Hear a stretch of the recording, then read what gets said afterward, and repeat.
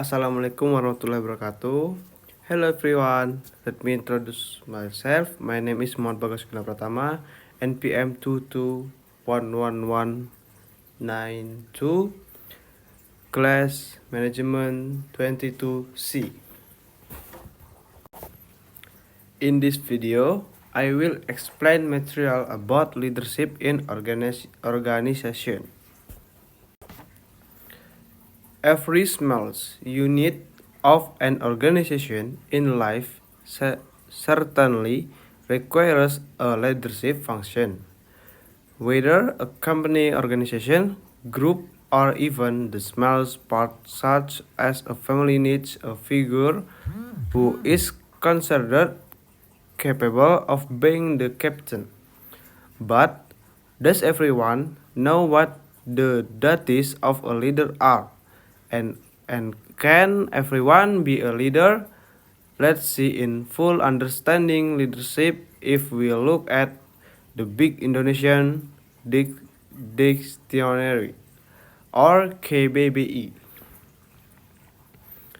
Leadership comes from the word leader, which means the person who leads. Meanwhile, according to expert, Fedler explained the leadership is a pattern that is drawn between individuals who have used authority and then use it to influence a group of people, with the aim that people will work together to achieve goals. But what kind of person deserves to be called a good leader? Quoting from Edi Sutrisno's Human Resource Management book.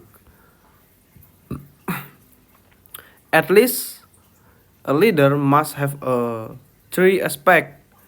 He must involve other people such as followers, subordinates, or group members with their willingness to accept direction. The exciting goals can be achieved for the furthermore, leadership must include an unequal distribution of power between the leader and group members. Even though each member still has power within the organization, the power of the organizational leader tends to be higher. Lastly, leadership must use its ability to use power. That's why leaders must have a special obligation to sort out ethics when making a decision. For reason leadership is important, you can imagine that if an organization or company does not have a leader, it will be chaotic. Everyone does know what his job is. The three for the leadership function is very important. Let's discuss them one by one. Number one, decision maker. First, a leader is present to be a decision maker. Decision making is the most important part of leadership, especially when the leader is carrying out the planning function for the sustainability of the organization. Number two, as a guide in achieving goals, a leader is also someone who guides members of his organization to stay on track and in line with goals. Yes, leadership exists to achieve goals precisely and of course efficiently. With a leader, member can be direct and united by one guideline. Number three, present solution. Often an organization has dynamic that often cause friction between its member. It is not uncommon for problem to arise from external parties. A leader is the present solution for them, even though the solution can come from deliberation between members. Again, the decision maker remains the role of the leader. For this reason, a leader must have a broader perspective and knowledge than his member. Number four, motivates motivasi other member organization. Members often feel demotivated due to many other reasons. A leader should be able to be a figure who raises all of that. Because again, if members do not have the desire to achieve exciting goals, it will be difficult to achieve common goals. B. Formal leadership and informal leadership. In every organization, there are always formal relationship and informal relationship. Formal relationship give rise the formal organization, and informal relationship give birth to informal organization. Formal leadership is official leadership that exists when appointed to a leadership position. This leadership pattern can be seen in various provisions that regulate the hierarchy and organization. Formal leadership is not automatically a guarantee of being accepted as real leadership by subordinates. Acceptance of formal leadership still has to be tested in practice, the result of which will be seen in organizational life whether not formal.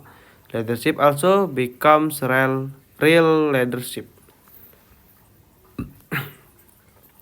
Formal leadership is often also referred to as headship. Formal leadership is not based on appointment types of leadership. This is not visible in the organizational structure. The effectiveness of informal leadership is seen in the real recognition and acceptance in practice of one's leadership. Usually, informal leadership is based on several criteria, including the following. Number 1, the ability to captivate other people's hearts. Number 2, ability to build harmonious relationship with other people. Number 3, mastery of the meaning of the organizational goals to be achieved. Number 4, mastery of delivery implication of achievement in operational active. Number 5, selection of certain skills that are not accepted by others. It has been argued that there is no leader without the person being led. Leader emerges as a result of the agreement of organizational members who voluntarily become followers. True leaders achieve their status because of the voluntary recognition of those they lead. Conclusion. Leadership is the power to influence someone, either in doing something or not doing something. A person is said to have followers or subordinates. These leaders, subordinates, can be ordered to do something or not to do something to achieve a common goal that has been determined in advance. The higher a leader position in an organization, the more the ability to think conceptually, strategically, and macro is demanded of him. The higher a person position in the organization, the more generalist he or she will be. While the lower a person position in the organization, the more specialist he or she will become. Generic theory, social theory, and ecological theory are all theories that suggest the birth or emergence of leader. Enough. Thank you. Bye bye.